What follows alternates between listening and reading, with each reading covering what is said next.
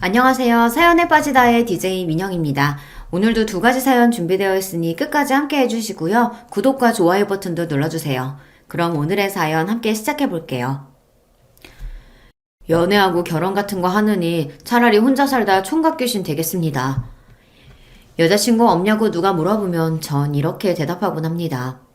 내 단호한 대답에 질문하던 사람은 머쓱해지고 더 이상 저에게 어떠한 것도 물어보지 않지요.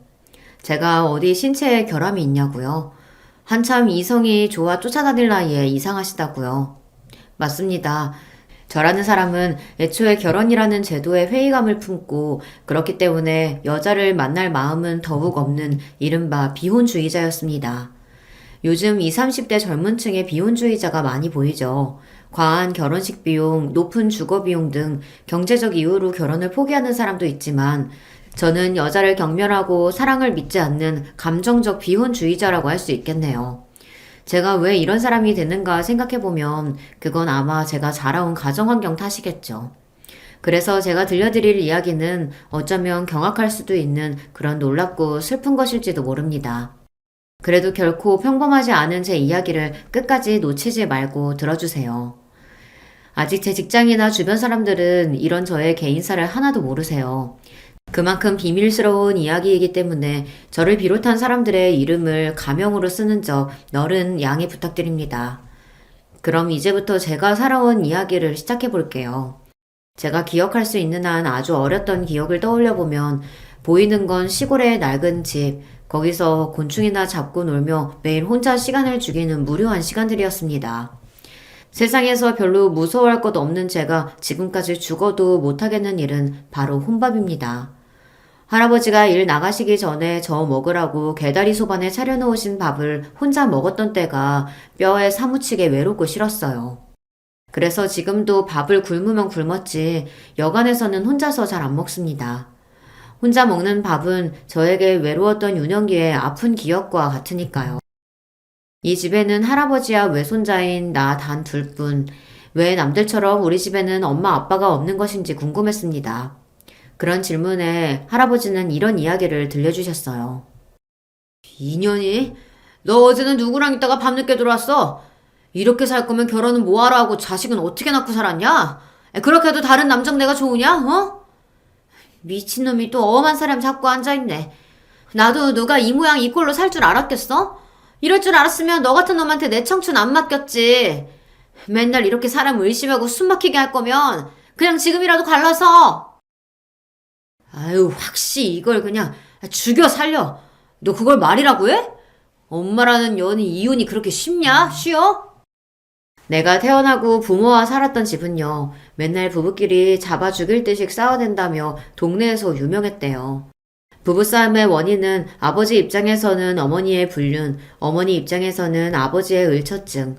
둘 중 누구 말이 맞는지는 모르겠다고 할아버지는 말씀하셨습니다. 분명한 것은 둘의 궁합은 애초에 원수였을, 결혼하지 말았어야 할 사람들이었다는 거죠. 그러더니 결국 내가 두 돌쯤 됐을 때 부모님은 이혼하고 말았어요. 어머니가 날 키우겠다며 데려왔지만 시골 외갓댁으로 가서 저를 맡겼어요. 아휴, 지긋지긋한 인간. 나 그 인간이랑 헤어졌어요. 어떻게든 애 먹여 살릴 방도 찾아볼 테니까 그동안 엄마 아빠가 좀 키워주세요. 당시에 살아계신 외할머니에게 자기 자식은 던져두고 아기를 낳은 어느 신혼부부네 입주 산후 도우미를 한다며 대전으로 가버렸어요. 할아버지, 우리 엄마 아들은 어디 갔어요? 나 왜 안 보러 와요? 아휴, 불쌍한 우리 승우. 아무리 일하러 갔어도 그렇지. 가끔 집에 들러볼 순 있잖아. 명색이 지가 어민데 어린 자식 떼어놓고 어떻게 그렇게 매정하게 한 번을 안 오냐. 망할 지집에. 그 집 태어난 아기 보느라 휴가 받을 사정이 안 되나 보지. 저, 엄마는 나중에 너 좋은 학교도 보내고 잘 키워보려고 돈 버는 거야. 기다리다 보면 언젠가 엄마가 너 데리러 올 거야. 어린 제 눈에도 할아버지의 말씀은 하나도 믿기지 않았습니다. 저보다 더 슬픈 표정으로 먼 데만 쳐다보며 깊은 한숨을 쉬셨으니까요. 왜 우리 엄마 아빠는 맨날 싸우셨던 걸까? 이혼하고도 왜 나만 혼자 남겨진 걸까? 늘 궁금했지만 그래도 언젠가 날 보러 오실 거라고, 언젠가 엄마랑 함께 살면 심심하지도 외롭지도 않을 거라고 기다렸습니다. 하지만 저는 더 외로워지고 말았어요. 외할머니가 돌아가시고 이제 정말 할아버지랑 둘만 남아버렸거든요. 할아버지가 가끔 제 끼니를 부탁하셔서 이웃 아주머니들이 한 번씩 절 보러 집에 오셨어요. 승우야, 할아버지는 반일 나가시고 집에 안 계시니? 아이고, 또 어린 거 혼자 있구나. 밥은 먹었어? 할아버지가 오늘 장에 갔다가 해질녘쯤에 오신다고 했어요. 저는요, 밥 혼자 먹기 싫어요. 그래? 그럴 줄 알고 아줌마가 고구마랑 밤 삶아왔다. 이거 먹으면서 놀고 있으면 할아버지 금방 오시겠지. 아휴, 짜는 것 같으니. 아주머니들이 주시는 광주리를 들고 꾸벅 배꼽 인사를 드리는데 뒤돌아서서 가던 아주머니들끼리 하는 얘기를 듣고 말았어요. 승우 엄마는 왜 한 번도 집에 오지를 않는데? 진짜 일하러 간 거 맞아? 아들이 보고 싶지도 않은가? 자기 몰랐어? 승우 엄마 재혼했대잖아. 뭐 정식으로 결혼식 올린 것 같지는 않고 그냥 어떤 남자랑 같이 산다지 아마. 같이 사는 남자는 딸도 있다던데 자기 자식은 늙은 부모한테 팽개치고 남의 딸만 키우고 사네. 망할 렵했네. 엄마마, 그게 사실이요? 그럼 승우 아비가 허구한 날 애먼 사람 잡은 게 아니고 승우 엄마가 진짜 남자 문제가 있었던 게 맞았구만. 그러게 말이요. 그러니까 승우 할아버지도 어디다 하소연도 못하는 거지. 자기 딸 때문에. 아무리 사내가 좋아도 그렇지. 자식은 나 몰라라 하고 제가 한 게 그게 어디 사람이여. 짐승만도 못하지. 승우 쟤만 불쌍해서 어째. 에휴. 그때 알았습니다. 내 인생이 외로워진 것은 다 날 낳은 친모 때문이구나. 모두를 배신한 엄마로 인해 우리 가족이 뿔뿔이 흩어지고 할아버지랑 나만 둘이서 이렇게 힘들게 사는구나. 그런 친모 때문에 학교에 들어가기도 전에 어린 나이에 저는 분노라는 감정부터 배웠습니다. 이 세상에 여자란 한 개도 믿을 것이 아니구나. 절대로 여자랑 결혼해서 인생 망치는 일 따위 나는 하지 않을 거야. 엄마가 설령 돌아온다고 해도 우리 엄마로 받아들여주지 않을 거야. 어린 나이부터 그런 생각이나 하니 제가 올바르게 클 수 있었겠어요. 전 학교 가서 맨날 애들이랑 쌈박질하고 선생님이 하라는 숙제나 공부는 쳐다도 안 봤어요. 소위 학교에서 흔한 결손 가정의 문제야라는 낙인이 한번 찍히니까 두려울 것도 없고 마음은 더 삐뚤어져만 갔습니다. 부모와 세상에 대한 원망으로 저는 미래가 없는 것처럼 하루하루를 살았어요. 동네에 힘이 센 형들이랑 몰려다니면서 나쁜 짓도 많이 했습니다. 나 때문에 고생하시는 할아버지에게는 미안했지만 가만히 사는 것이 괴로워서 그러고 다녀야 숨이라도 트이는 기분이었거든요. 인근 학교 애들과 패싸움으로 경찰서에 다녀온 날 할아버지는 처음으로 빗자루로 내 종아리를 치며 호통치셨습니다. 이놈아, 너 커서 뭐 되려고 이러고 사냐? 젊고 젊은 것이 너는 장래 희망도 없어? 그냥 대충 살다가 죽으면 되지. 장래 희망은 얼어 죽을. 부모도 버린 자식이 뭐 제대로 살기나 하겠어요? 할아버지 말씀을 들으니 날 버리고 간 부모 생각이 더욱 나서 할아버지를 밀치고 가출해버렸습니다. 할배도 그냥 나 버리라고. 그러면 되잖아. 이렇게 전 학생 시절 내내 할아버지 속만 썩였어요. 한없이 추락하다가 어떻게 죽어도 상관없을 것 같았던 내 암흑기에 은인이 나타나고 정신을 바짝 차릴 수 있게 되었습니다. 어떻게든 고등학교는 가라는 할아버지 성화에 실업계 고등학교를 진학해서 첫 담임으로 만난 김성규 선생님. 그분이 제 인생을 바꾸어 놓으셨죠. 말썽이나 부리는 제자에게서 뭘 보셨는지 그분은 방황하는 저를 잡아주고 내 가능성을 믿어주셨던 유일한 분이었습니다. 선생님 덕분에 무의미한 반항을 멈추고 나서는 학교 수업도 열심히 듣고 또 혼자 공부도 코피날 때까지 했습니다. 그런데 선생님은 저보고 공부하는 데 재능이 있다며 대학까지 권하시는 게 아니겠어요? 선생님, 우리 집 사정 아시잖아요. 제주제에 무슨 대학입니까? 졸업하면 공장에 가든지 해서 돈이나 벌 거예요. 너 어제 할아버지가 학교 오셨던 거 모르지? 우리 할아버지가요? 왜? 손자 맘 잡게 해줘서 고맙다는 인사드리러 오셨어. 드릴 게 없어 죄송하다며 담배 함부로 내미시는데 내가 거절하면 어르신 실망하실까봐 이렇게 받았다. 자, 봐봐. 참, 우리 할배도. 선생님은 담배도 안 피우는걸. 그럼 아까우니까 그 담배 저라도 주세요. 이 자식이 농담은? 이렇게 우스갯소리치며 둘러댔지만 속으로는 할아버지가 얼마나 고민하며 선생님 드릴 것을 골랐을까 그런 할아버지의 심정을 알 것만 같았습니다. 그래 이 녀석아 네가 지금 이렇게 넋놓고 있을 때가 아니란 말이다. 일단 취업할지 대학을 갈지 고민해보고 정 취업하겠다면 우리 남은 기간 동안 빡세게 해서 대한민국 제일 좋은 회사로 가보자. 할 수 있겠지? 아 당연하죠. 선생님 저 김승호예요. 한다면 하는 놈입니다. 사람답게 살아보려고 하니 지난 시간 동안 제가 잘못 산 것을 바로잡는 게 우선이겠더군요. 같이 몰려다니던 패거리들에게 이 짓거리 그만두겠다고 하자 그들은 죽음 아니면 빠져나갈 수 없다며 집단으로 날 때렸습니다. 10명이 잡아놓고 한 사람을 돌아가며 쳤으니 나를 진짜 죽이려나 보다 했어요. 흠씬 두들겨 패더니 한 학년 위에 패거리 짱 태섭이 형이 피죽이 된 내 얼굴을 대고 다시 물었습니다. 이래도 너 여기서 나갈 생각이야? 도대체 왜? 빌어먹을 엄마 때문에 손주까지 떠맡은 우리 불쌍한 할배. 이제 할배 고생 안 시키려고요. 나 취직해서 돈 벌고 할배한테 효도하고 살 겁니다. 에휴, 이 지독한 새끼. 그래, 네 뜻대로 잘 살아라. 형은 치료비하라며 10만 원을 던져주고 패거리를 끌고 사라졌습니다. 오랜 방황을 끝내고 저는 미친 듯이 공부했어요. 어디서부터 손대야 할지 모르겠으나 김성규 선생님이 주시는 교사용 문제집 중학교 것부터 계속 들여다봤습니다. 뒤늦게 한다고 하기는 했는데 고1 성적이 워낙에 형편이 없으니 나중에 전교 1, 2등을 해도 내신 등급을 따라잡을 수 없겠더군요. 그래도 하루 4시간만 빼고는 공부하고 산업기사 자격증을 따는 등 선생님이 하라는 대로 다 했습니다. 선생님의 전폭적인 지지로 대기업 생산직 몇 군데에 원서를 냈는데 그중 한 곳에 합격하는 기쁨을 맞이하게 되었어요. 그렇게 좋은 회사에 취직했다는 소식에 우리 할아버지가 덩실덩실 춤까지 추시며 얼마나 좋아하시던지요. 회사에서 신입사원으로 입사해서는 선배들한테 독한 놈이라는 소리 징글맞게 듣고 일했어요. 다들 힘들어서 피하는 교대조 야간 근무는 제가 늘 자원해서 나섰죠. 야간에 하는 근무 수당이 훨씬 더 세거든요. 인생 바닥을 기던 놈이 어디 가서 좋은 회사 다닌다고 하면 사람들이 우러러보는 그 눈빛도 짜릿했습니다. 그 맛에 더 높은 직급을 가보겠다는 꿈도 품게 되었죠. 우리 파트 누구보다 야간과 주말에 많이 나오고 위에서 시키는 일은 잘하니까 늘 상사들이 칭찬하니까 언젠간 가능할 거라고 믿었습니다. 하지만 처음 꿈을 가진 저에게 난관이 생겼어요. 20대 초반 왕성한 체력일 때는 그래도 가능했는데 사람이 참 밤일에는 장사가 없던 것입니다. 한 달에 쉬는 날이 이틀뿐이었으니 몸도 더 이상 버틸 재간이 없죠. 그런데 몸보다 더 절 힘들게 하는 건 내 일에 비전이 없다는 사실이었습니다.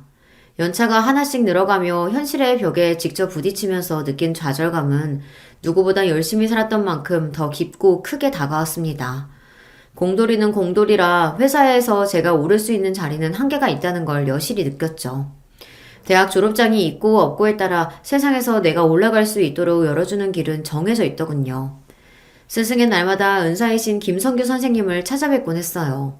삼겹살 굽고 소주를 마시며 제 고민을 들어주시던 선생님은 한 가지 해답을 주셨습니다.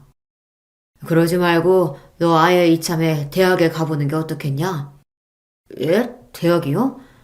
제가 벌써 24살이에요. 학교 그만둔 지 몇 년인데 지금 와서 어떻게 대학에 갈 수 있겠습니까? 실업계 고교 출신자 특별 전형이라는 제도가 대학마다 있거든. 너 회사 다닌 경력 살려서 지원해봐. 선생님이 어디 지원해볼 만한 데 있는지 찾아서 도와줄 테니. 또 한 번 선생님의 도움으로 저는 대학이라는 꿈을 꿀 수 있게 되었습니다. 입시 면접 때 내가 하던 업무에 관련해서 자신감 있게 어필해서인지 선생님이 찍어준 대학 중 한 곳에 합격할 수 있었죠. 월급 많이 주는 좋은 직장 때려치고 늦은 나이 무슨 대학이냐며 주변 모든 사람들이 절 말렸어요. 하지만 전 뭐 하나 꽂히면 코뿔소처럼 직진하는 성격이라서 누구의 우려도 귀에 들어오지 않았어요. 할아버지 역시 내 결정에 근심이 누구보다 컸겠지만 그래도 절 믿어주셨습니다. 네가 원래 어릴 때부터 아주 똑똑했었지. 나가서 돈 벌어온다고 괜히 책임감 같은 거 느낄 필요 없다. 이 할아버지 아직 일할 수 있고 우리 장손이 대학 가겠다는 건 아주 잘한 결정이요. 늦은 나이에 캠퍼스에 들어서서 감개무량했지만 저는 독하게 마음을 먹었습니다. 대학에 있는 시간 동안 내가 1년에 몇 천만 원 버는 것 이상으로 뽑아먹고 나와야 한다. 모든 학점을 A로 도배해서 과 수석을 놓치지 않았고 교수님들을 끝까지 늘고 물어주면서 궁금한 건 해결해야 직성이 풀리는 저를 과에서 모르는 사람이 없을 정도였습니다. 오로지 대학 수업 듣고 도서관에서 공부하고 수업이 없을 때는 아르바이트하며 치열하게 살았어요. 저 형은 친구도 없이 맨날 혼자 다니고 무슨 낙으로 사냐는 주변 시선이 있었지만 늘 지독한 외로움 속에 자랐던 저에게 혼자 대학 캠퍼스를 누비는 것은 아무것도 아니었죠. 다만 앞에서 얘기했다시피 전 혼밥이 너무 싫어서 수업 끝나고 동기들끼리 우르르 몰려가면 저도 괜히 끼어서 같이 밥을 먹었습니다. 하지만 나이는 많지 맨날 과 수석 차지하면서 살갑게 얘기도 안 나누는 형 오빠가 그들에게 편할 리 없겠죠. 동기들은 하나 둘 핑계를 대며 나와 같이 밥 먹기를 꺼리더니 결국 딱 한 명만 남더군요. 그 아이는 나보다 4살 어린 동기 현아였습니다. 현아는 늘 웃음을 머금고 있는 밝고 활달한 여자애인데요. 친한 동기들이 날 따돌리고 가는 걸 알면서도 자기만은 나랑 같이 밥을 먹어주었습니다. 별 대화도 없이 같이 마주보고 밥 먹고 일어서서 잘가 하는 인사로 헤어지는 날이 여러 날이었어요. 애초에 인간에 대해, 특히 여자에 대해 조금도 믿지 않는 저로서는 이 현아라는 친구가 궁금해지기 시작했죠. 너 내가 불쌍한 놈 같아서 계속 같이 밥 먹어주는 거냐? 하지만 현아는 난감하다는 표정만 지을 뿐 별다른 말이 없었습니다. 솔직히 말해봐. 우리 과 애들이 날 어떻게 보는지 내가 모르는 것도 아니고 너도 나 불편하고 싫잖아. 근데 왜 나랑 밥 먹어주냐고. 나한테 뭐 원하는 거 있어? 오빠 혼자 밥 먹기 싫어하잖아요. 그게 마음에 걸려서. 그 때문이에요. 걔는 딱 봐도 곱게 자란 착하고 순수한 아이예요. 제 딴에는 솔직하게 한 대답인데 괜히 그 말에 내가 뜨끔해서 그녀를 상처 주고만 싶었습니다. 알량한 동정심이네. 온실속 화초처럼 자란 네가 나에 대해 뭘 알아? 좋은 부모 밑에서 세상 어려움 모르고 자란 사람에게 튀어나오는 일종의 열등감 같은 거였죠. 가시도 친 내 말에 상처받은 표정을 짓고 밥을 다 먹기도 전에 그 애는 식판을 가지고 일어났습니다. 인사도 없이 그렇게 나가는 현아를 보면서 속으로는 저 솔직히 불안했어요. 이제 나 같은 놈이랑 밥도 안 먹어주겠네. 나를 아예 모르는 사람처럼 무시하려나. 그런데 뜻밖에도 다음날 수업이 끝나자 현아는 어딜 가자고 저를 끌었습니다. 학교 뒤 야트막한 산 중턱 공원에 가더니 거기 테이블에 가방을 내려놓더군요. 야, 여기나 왜 데려온 거야? 학교 식당 가서 점심이나 먹자. 가만히 좀 있어 봐봐요. 성격은 급해가지고. 자, 다 됐어요. 이제 같이 먹어요. 가방에서 뭘 주섬주섬 꺼내더니 밥과 소세지 볶음이랑 김치볶음, 김 등 반찬들을 차려놓고 나한테 같이 먹자는 겁니다. 네가 직접 싸온 이 도시락을 같이 먹자고 날 데려온 거야? 왜? 나 같은 놈한테 너 왜 자꾸 잘해주는 거냐고. 소세지 반찬을 입에 넣고 우물거리던 현아는 나를 빤히 보며 얘기를 시작했어요. 그럼 나처럼 곱게 산 애가 오빠한테 잘해주면 무조건 동정심인 거예요? 이게 무슨 감정인지는 나도 처음 겪으니까 잘은 모르겠어요. 그런데 오빠같이 뻣뻣하고 무심한 사람이 자꾸 우리한테 끼어서 밥 먹는 걸 보니까 그 마음이 완전히 이해되더라고요. 나도 혼자 밥 먹는 게 죽기보다 싫은 애라서 그런가 봐요. 그저 혼밥하기 싫은 사람들끼리 같이 밥 먹으면 좋잖아요. 맨날 둘이서 학식 먹으니까 과에 이상한 소문 돌아요. 그래서 앞으로는 식당 밖에서 이렇게 먹자고요. 난 현아의 말에 얌전히 맞은편에 앉아 현아가 싸온 도시락을 먹기 시작했습니다. 너 생각보다 반찬 잘 만든다. 다 엄마가 만들어준 거지? 뭐래. 나도 어릴 때 혼자 많이 차려 먹었어요. 내가 할 줄 아는 반찬, 내가 잘 먹는 반찬은 딱 요 정도예요. 어떻게 먹을만 해요? 먹을만 하냐고? 엄청 맛있어서 네가 만든 게 믿겨지지 않을 정도다, 야. 다음날부터 나와 현아는 번갈아 가며 도시락을 싸와서 함께 먹고 또 어떤 날은 식당에 가서 먹기도 하고 대학생활 내내 현아는 내 밥 친구였습니다. 그리고 학교 시험 앞두고는 내가 현아를 억지로 공부시키고 가르치면서 우리는 가깝게 지냈어요. 형, 현아랑 사귀는 거 맞죠? 내가 물어보니까 현아는 대답 피하던데. 남녀간에 꼭 붙어 지내다 보니 과 사람들은 당연히 우리가 커플인 줄 알고 있었죠. 하지만 난 현아의 손도 잡아본 적이 없었습니다. 물론 마음속 상상으로는 입도 맞춰보고 싶었어요. 그런데 그럴 용기가 없었어요. 이런저런 이유로 미뤄두었던 군대에도 가야 하고 빨리 취직해서 할아버지 생계도 책임져야 하는 현실에 여자라니 그건 무책임하다고 생각했습니다. 현아는 은근히 내가 남자로서 무슨 행동을 취해주길 기다리는 눈치였지만 그걸 알면서도 전 모르는 척 했습니다. 회사 박차고 나와 원하던 대학 졸업장은 손에 거머쥐게 되었지만 자칫 백수가 될 수 있으니까 빨리 좋은 회사에 들어가야죠. 그래서 내 조건으로 갈 수 있는 직장, 전보다 더 좋은 직장을 무수히 알아보고 문을 두드렸습니다. 전에 다니던 회사에서 같이 일했던 선배는 이번 경력사원 모집에 지원하면 면접 등에서 이전에 일했던 경력까지 인정받을 수 있다고 꼭 지원해서 같이 일하자 하셨습니다. 그것도 좋았지만 보다 안정적으로 일할 수 있는 곳을 원했어요. 숱한 도전 끝에 드디어 전 어느 종합병원의 시설관리직으로 일하게 되었습니다. 마치 준 공무원처럼 회사 실적에 따른 압박에 시달리지 않아도 되고 일이 고되지 않으면서 급여도 괜찮은 편이었습니다. 무엇보다 잔업이 많지 않은 주간 근무라는 것도 더 좋았습니다. 내가 그리던 직장까지 잡았지만 난 여전히 현아에게 미래를 약속할 수 없었어요. 이미 20대 후반에 들어선 저에게 입영 영장이 나와버렸거든요. 더 이상 나라의 부름을 연기할 사유도 없었기에 곧바로 입대해야 했습니다. 전 거의 평생을 버림받고 여자에 대한 불신으로 살아온 놈입니다. 아니길 바라지만 군대에 있는 동안 현아가 다른 마음 먹는다고 해도 어쩔 수 없다는 생각으로 그녀에 대한 기대는 애초에 접었습니다. 미리 포기해놓지 않으면 나중에 그녀가 떠났다는 걸 알았을 때 버틸 수 없었기 때문이죠. 그런데 이게 무슨 기적과 같은 일입니까? 제대하는 날 부대 앞에서 날 기다려준 현아를 보자마자 나도 모르게 달려가 뼈가 으스러지도록 그녀를 껴안았습니다.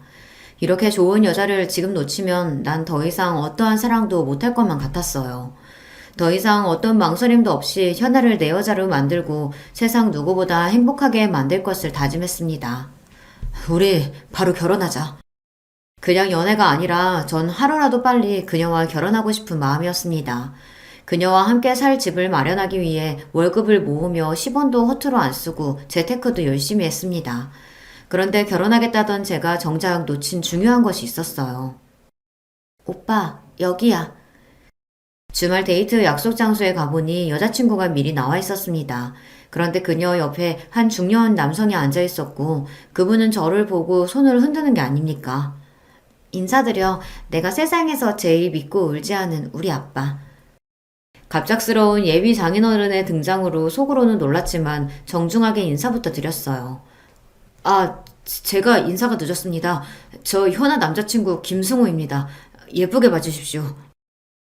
나의 머리부터 발끝까지 찬찬히 보시던 현아 아버님의 첫인상이 어쩐지 저에게 좋았습니다. 자기 딸의 남자친구면 이것저것 궁금한 것들이 많으셨겠죠. 이를테면 양가 부모님 뭐 하시는지, 직업은 뭔지, 쌓아놓은 경제력은 어떤지 등 현실적인 질문들 말이죠. 하지만 그런 질문은 하나 없이 아버님은 대뜸 이것부터 물어보셨습니다. 자네 혹시 낚시 좋아하는가? 네, 좋아합니다. 바빠서 지금은 잘 못 다니지만 할아버지 따라서 어릴 때부터 민물 낚시 자주 해봤고요. 그래? 내 대답이 썩 마음에 드셨는지 현아의 아버님은 한바웃음을 지으며 고개를 끄덕이셨습니다. 옆에 있던 현아는 눈을 찡긋거리며 말했어요. 아빠, 그거 아세요? 요즘 아내들이 제일 싫어하는 남편의 취미 1위가 낚시래요, 낚시.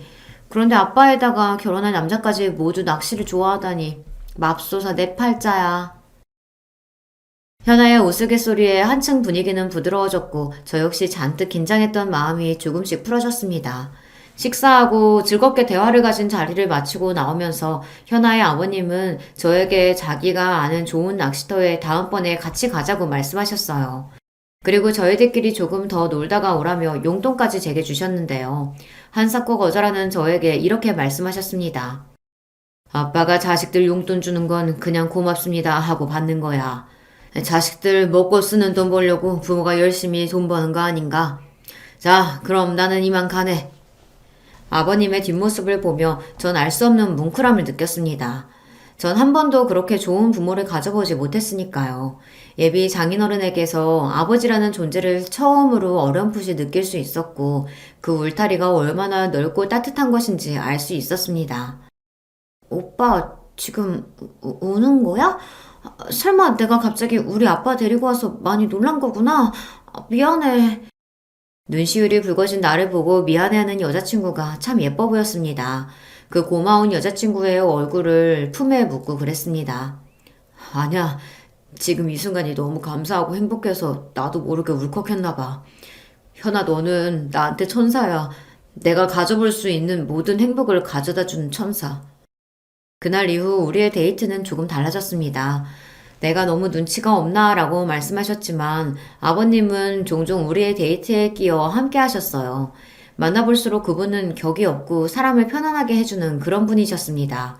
사람에 대한 불신과 고독함으로 점철되었던 저는 점차 여자친구의 가족처럼 좋은 가정을 이루고 싶다는 꿈을 키우게 되었어요.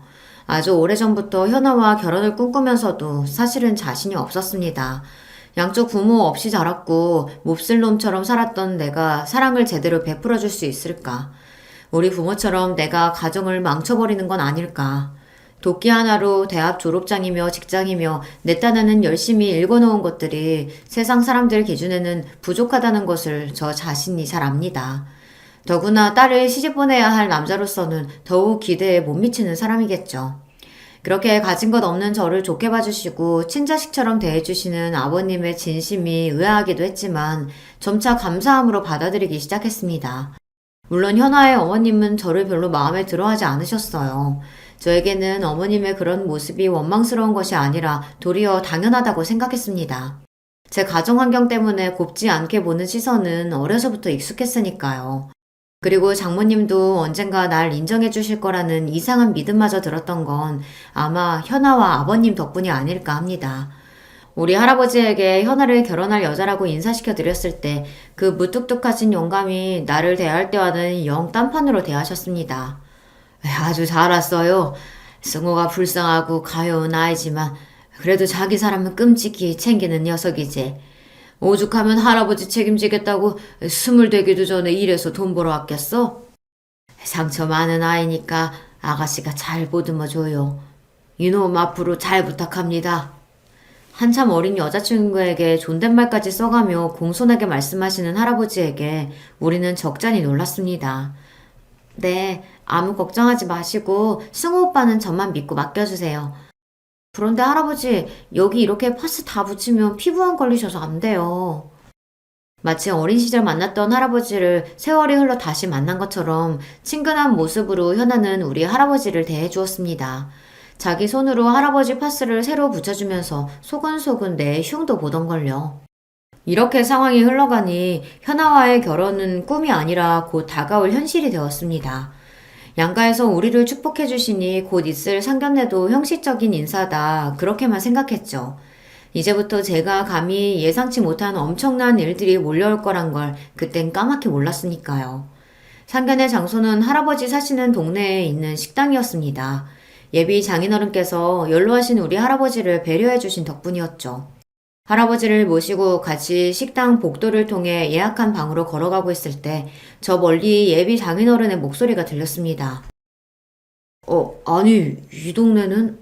그러니까 승호 할아버님이 이 동네에 사신단 말이지? 기묘하구만. 이윽고 문을 열고 들어오는 할아버지와 장인어른을 쳐다보는데 이미 두 분은 서로 눈을 맞추고 있는 상태셨습니다. 아니, 두 분은 단순히 눈을 맞춘 것이 아니라 서로 빤히 보며 믿기질 않는 표정을 지으셨어요. 자네는 어떻게 자네가 이 자리에 있는가? 할아버지 못지않게 예비 장인도 할아버지께 뭐라 말씀도 못하시고 진땀만 흘려댔습니다. 그렇게 당황하시는 할아버지나 예비 장인어른의 모습은 본 적이 없어요. 아버님, 그러니까 지금 제왕이가... 장인어른이 무슨 말을 하려고 하던 그때 할아버지는 다리에 힘이 풀려 쓰러지고 마셨어요. 그 자리에 있던 모두 놀라 무엇을 어찌할 바를 몰랐습니다. 할아버지가 어떻게 되실까봐 무서운 나머지 불이 나게 쓰러진 할아버지를 업고 병원으로 갔죠. 혹시 할아버지에게 큰 병이 생긴 건 아닌지 걱정하며 병원 의사에게 상태를 물어보니 일단 지금 상태 같아서는 혈압과 당뇨로 인한 일시적 쇼크 같아 보이니 안심하세요. 그래도 워낙 곤형이시니까 몇 가지 검사차 입원실로 옮겨 환자분 지켜봅시다. 안도의 숨을 쉬고 누워 계신 할아버지를 보고 있었습니다. 어느새 이렇게 나이를 잡수시고 건강이 나빠지셨는지를 걱정하던 그때 할아버지는 눈을 깜짝 뜨셨어요. 할아버지, 이제 정신이 드세요? 분명 의식을 차리셨고 눈동자를 여기저기 살피는 모습이 괜찮아 보이시긴 하는데 제 질문에 할아버지는 아무 대답이 없으셨습니다. 그러고 한참 뒤에 할아버지 입에서 뜻밖의 질문이 나왔어요. 너 이 결혼 반드시 해야 하겠냐? 아니, 갑자기 무슨 말씀이세요? 할아버지께서도 우리 현아 이뻐하셨잖아요. 갑자기 왜 그러시는 거예요? 이 일을 어쩌면 좋으냐? 라며 할아버지는 가슴을 치면서 눈물만 흘리셨습니다. 할아버지 참 이상하다 싶은 그때 제 전화가 울렸습니다. 현아야, 장인어른 장모님 모시고 집에 잘 들어갔어? 미안하다. 우리 할아버지 때문에 상견례 망치고. 그런데 너는 왜 우는 거야? 수화기 너머로 분명 현아가 울고 있는 소리가 들렸습니다. 오빠, 갑자기 우리 아빠가 이 결혼 없던 일로 하라고 무섭게 돌변하셔서 말씀하셔. 엄마도 이 기회에 잘 됐다며 아빠 거들고. 갑자기 부모님 모두 우리 결혼 반대하겠다는데 이를 어쩌면 좋아? 할아버지는 이유도 없이 갑자기 쓰러지시고는 내 결혼을 안타까워하시질 않나. 상견례에서 서로 뭘 한 것도 없는데 갑자기 태도를 바꾸신 장인어른이나 저로서는 정말 이해할 수 없는 일이었습니다. 순탄하게 흘러오던 결혼은 이제 양가의 반대에 부딪히고 말았습니다. 그렇게 날 따뜻하게 대해주시던 장인어른은 이제 절 보려고도 하지 않고 제 전화도 받질 않으셨어요. 현아 부모님을 만나지도 못하니 설득하기도 어려웠는데요. 우리 할아버지까지 역시 이 결혼은 무르는 게 맞다는 말씀만 하십니다. 그 가운데 현아와 나 둘이서만 고군분투하던 어느 날 장인어른이 병원에 있는 나를 찾아오셨습니다. 여기 내 딸 왔지? 자네가 내 딸 숨겨두고 있는 거 맞는가? 네, 무슨 말씀이십니까? 할아버지 계신 병원에 현아를 숨겨두다뇨. 우리 현아가 갑자기 사라졌어. 집에 가출하겠다는 쪽지 하나 남기고 말이야. 정말로 자네가 함께 벌인 짓이 아니란 말이야? 현아가 가출이라니 나한테 아무 말도 없이 그럴 애가 아닌데 이렇게 현아를 걱정하며 어떻게 찾아야 할지 궁리하고 있는데 할아버지의 음성이 들렸습니다. 우리 승호는 가출 같은 걸 부추길 애가 아니란 말일세. 자네 나랑 둘이 얘기 좀 하지. 함께 있고 싶다는 저를 억지로 병실 밖으로 내보내고 두 분의 이야기가 시작되었어요. 당시에 저는 듣지 못했던 그 대화를 나중에 전해 듣고 여기에 적어보겠습니다.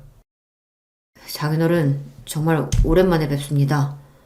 긴 세월 못난 자식들 때문에 얼마나 고생이 많으셨을지.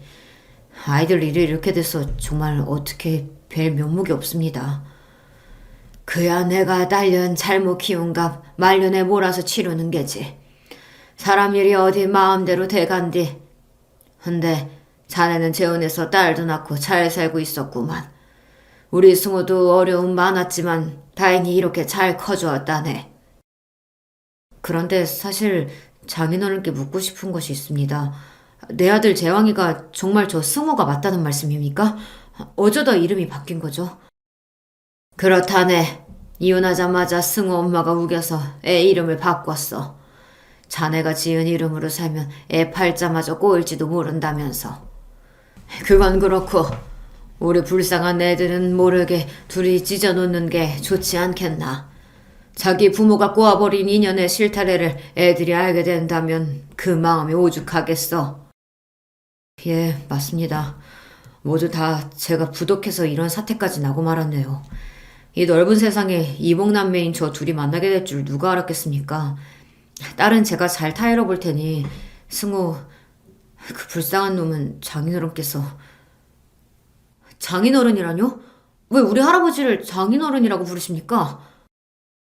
할아버지에게 온 간호사를 뒤따라서 저도 병실 안으로 들어온 순간 현아 아버님이 우리 할아버지를 장인어른이라고 부르는 것을 똑똑히 듣고 말았습니다. 제가 들어온 걸 알게 된 두 분은 어찌나 놀랐는지 얼굴이 사색이 되셨습니다. 하지만 이미 엎질러진 물, 장인어른은 저에게 그리고 현아에게 감추었던 진실을 모두 털어놓게 되었죠. 그러니까 장인어른이 옛날에 나를 낳고 헤어진 친부란 말씀입니까? 어떻게 이런 일이 있을 수 있어요? 어떡해요? 장인어른, 아니, 내 친부였던 남자는 이렇다 저렇다 어떤 말도 못하고 그저 눈만 감고 있을 뿐입니다. 이 기막힌 사연에 저는 이제 분노까지 치밀었습니다. 원통해요. 당신이 너무 원망스러워. 내 부모는 정말 자격 없는 자들이었어. 난 그런 부모에게서 나왔다는 이유만으로 버림받고 일생이 외로웠다고. 이제 나도 좀 행복해져 보겠다고 어렵게 만난 여자가 하필 내 이복동생? 미친 새끼. 나 같은 게 뭘 어떻게 남들처럼 살아보겠다고 기대를 하고. 차마 믿을 수 없는 진실에 내 정신이 나가버릴 것 같아 즉시 병원 밖으로 달려나갔어요. 이대로 콱 죽어버릴까도 싶고 누구를 어떻게 패버릴까도 싶은 심정이었습니다. 밀쳐 날뛰는 짐승처럼 거리를 쏘다니며 내 안의 분노를 잠재우고 있었어요. 그때 전화가 왔습니다. 이 불행의 희생양이 될 현아의 전화였어요. 현아야, 너 지금 어디니? 너 집에서 가출했다며? 왜 그랬어, 왜? 우리 아빠가 거기까지 갔구나. 미안해. 오빠한테도 미리 말 못할 만큼 상황이 급박했거든. 충동적으로 저지른 가출이지만 그래도 난 여전히 우리 아빠를 이해할 수가 없어. 설득 안 되는 이유로 오빠를 그만 만나라고 하는데 내가 어떻게 하겠어. 그냥 확 나와버렸지. 그래도 여자 혼자 어딜 가겠다는 거야. 안 돼. 위험해. 현아야. 그러니까 어서 집에 돌아가. 어쩌면 우리 이제 끝내야 하니까 말이야. 겨우겨우 참고 있던 눈물은 댐처럼 흘러나와 결국 현아도 무언가 잘못되었다는 걸 눈치채고 말았습니다. 그게 무슨 소리야? 우리가 왜 끝내? 오빠, 우리 아빠한테 무슨 얘기 듣고 그러는지 모르겠지만 오빠 지금 울어? 바보야. 우리 만나자. 만나서 얘기해. 아니, 아니라고. 내가 말했잖아, 이 기집애야. 우리 만날 수 없는 인연이라고. 끝내야 한단 말이야. 그녀와의 전화를 일방적으로 끊고 전화기를 내동댕이 쳤습니다. 저는 더욱 미칠 것만 같았습니다. 목소리만 들어도 이렇게 좋은데 그 아이를 너무 사랑하는 걸 아는데 어떻게 헤어집니까? 내 부모는 유년 시절로도 모자라 내 평생의 사랑까지 엉망으로 만들었습니다. 망할 내 팔자. 전 바로 회사에 장기 휴가를 내고 낚시 가방만 들고서 그냥 떠났습니다.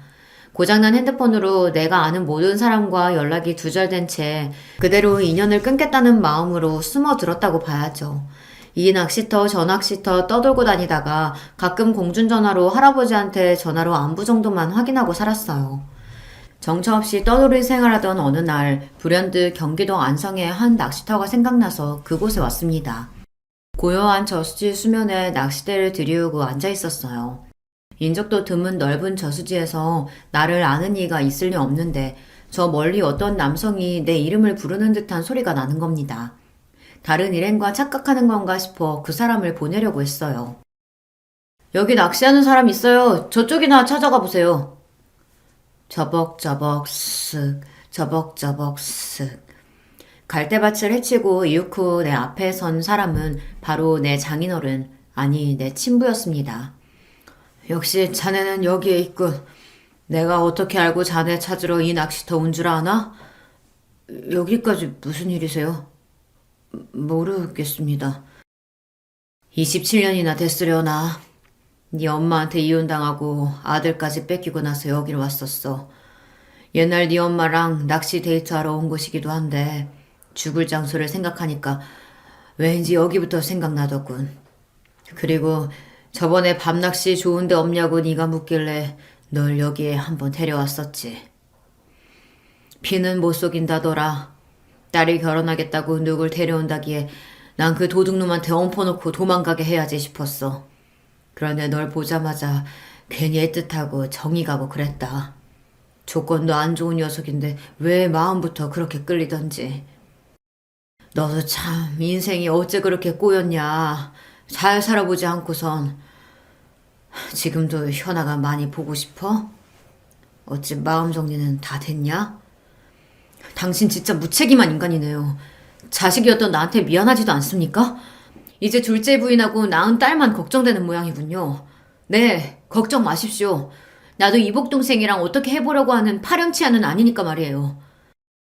내가 하려는 얘기는 그 얘기가 아니야. 둘이 헤어지라고 자네를 찾아온 게 아니란 말일세.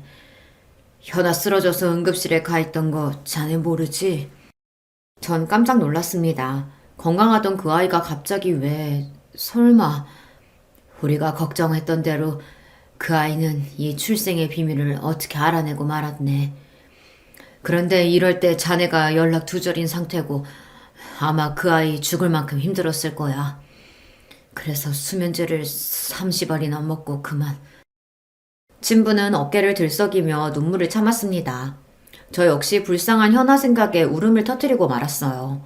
우리 둘은 각자의 눈물을 쏟아내고 진정되기까지 시간이 필요했어요. 그 사이 물고기가 입질을 하는지 낚싯대에 찌가 울렸지만 그것과 씨름할 겨를은 없었죠. 현아는 지금 괜찮아진 겁니까? 다행히도 제 엄마가 바로 발견해서 병원 처치를 받아서 괜찮다네. 그리고 내가 너를 찾아온 건 네가 모르는 또 다른 이야기를 하기 위해서야. 사실 현아는 네 이복 동생이 아니다. 지금 현아 엄마가 전에 같이 살던 남자 사이에서 낳은 딸이지. 그러니까 나와 또 너와 피 한 방울 안 섞인 생판 남이라고. 네? 이건 또 무슨 말씀이세요? 그럼 처음부터 나와 현아가 이복 동생이 아니었는데 우리 사이를 반대하신 겁니까? 왜요? 이날까지 내 딸은 내가 자기 친부인 줄 알고 있었으니까 나도 그 비밀을 죽을 때까지 묻으려고 했고. 그런데 어쩌겠나. 자식이 이렇게 죽을 만큼 힘들다는데 그냥 내버려둘 수는 없지 않은가. 현아에게는 이미 이 사실을 털어놓았네. 그런데 자기가 친딸이 아니라는 충격보다 너와 만날 수 있어서 차라리 다행이라고 하더라. 너희들 서로가 없으면 안 되는 사이잖아. 그러니까 이 못난 아비 때문에 더 이상 생이별 걷지 말고. 정확히 무엇이 사실이고 무엇이 거짓인지 혼란스러워 잠시 멍하니 있었습니다. 장인어른은 내 팔을 세게 잡고 흔들며 그랬어요. 이 얼빵한 자식아, 여기서 뭐하고 있는 거야? 어서 너 기다리고 있는 네 여자한테 달려가란 말이다. 그때부터 머리와 몸이 따로 노는 이상한 상태로 현아가 있는 병원까지 차를 몰았습니다. 병원에 들어서서 침상에 누워있는 현아를 보자 울컥하고 미안한 마음이 들어 가까이 가지는 못하고 주저앉아 눈물을 흘렸습니다. 저기 아저씨 찾는 분이 누구세요? 승우 오빠. 열흘이 넘도록 씻지도 못하고 다닌 탓에 아마 처음 그녀의 눈에 전 노숙자처럼 보였을 거예요. 하지만 그녀는 곧 절 알아보고 우리는 뜨거운 눈물에 재회를 했습니다. 수많은 우여곡절이 있었지만 그럼에도 우리는 헤어질 수 없는 굳은 사이라는 것을 서로를 통해 확인했습니다. 할아버지, 무슨 일이 있더라도 저 현아랑 결혼할 거예요. 그러니까 더 이상 반대하지 마시고 도와주세요. 그래, 나도 네 사돈한테 얘기 들었다. 하늘이 널 아주 버린 게 아니구나 했어. 참말로 다행이다. 그리고 그동안 널 속여서 미안하구나. 아니에요. 할아버지 입장에서 그럴 수 있다고 이해합니다. 지금은요. 그 얘기가 아니야. 네 엄마 말이다. 너 학교 다니던 어렸을 때 네 엄마가 죽었다고 했는데 그게 거짓이었어. 10수년 전 제가 엇나가던 시절 걱정이 컸던 할아버지는 저를 엄마 밑에서 키우게 해야겠다고 마음먹으셨답니다. 엄마가 울산 어디에 살고 있다는 소리를 듣고 수소문해서 찾아가서 결국 찾고 말았죠. 그런데 주변에 누가 볼까 두리번거리던 엄마는 할아버지를 어디 근처로 데려가서 따지듯 물었습니다. 아빠가 여길 어떻게 알고 왔어요? 나 왜 찾아온 거예요? 뭐 돈 필요해? 이거사, 몇 년 만에 만나보는 아비한테 보자마자 그게 할 소리냐? 집에 찾아오기 힘들면 가끔 전화나 한 통 넣으면 되지. 승호가 보고 싶지도 않아. 하지만 하나뿐인 네 자식이 엄마 사랑 못 받고 괴로워서 사고만 치는데 네가 와서 잡아줘야 할 거 아니야. 네가 어떻게든 해봐야지 어민데. 그놈 그러는 거 다 제 아비피 물려받아서 그런 거야. 그 새끼랑 낳은 아들 하나 때문에 잘 사는 지금 내 인생 포기할 마음 조금도 없어. 그러니까 아빠는 지금처럼 승호 키우고 나랑은 모르는 사람처럼 살자고요. 아무리 설득했지만 소용이 없었다.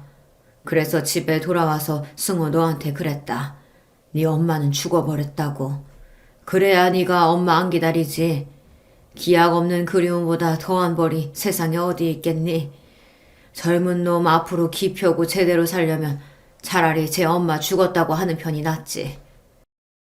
엄마라는 사람이 참... 내 엄마가 저 정도 쓰레기라는 이야기를 들으니 기가 막혔습니다. 이제 와서 내가 이런 이야기를 하는 건 네 장인어른 될 뿐 미워하지 말라는 거요.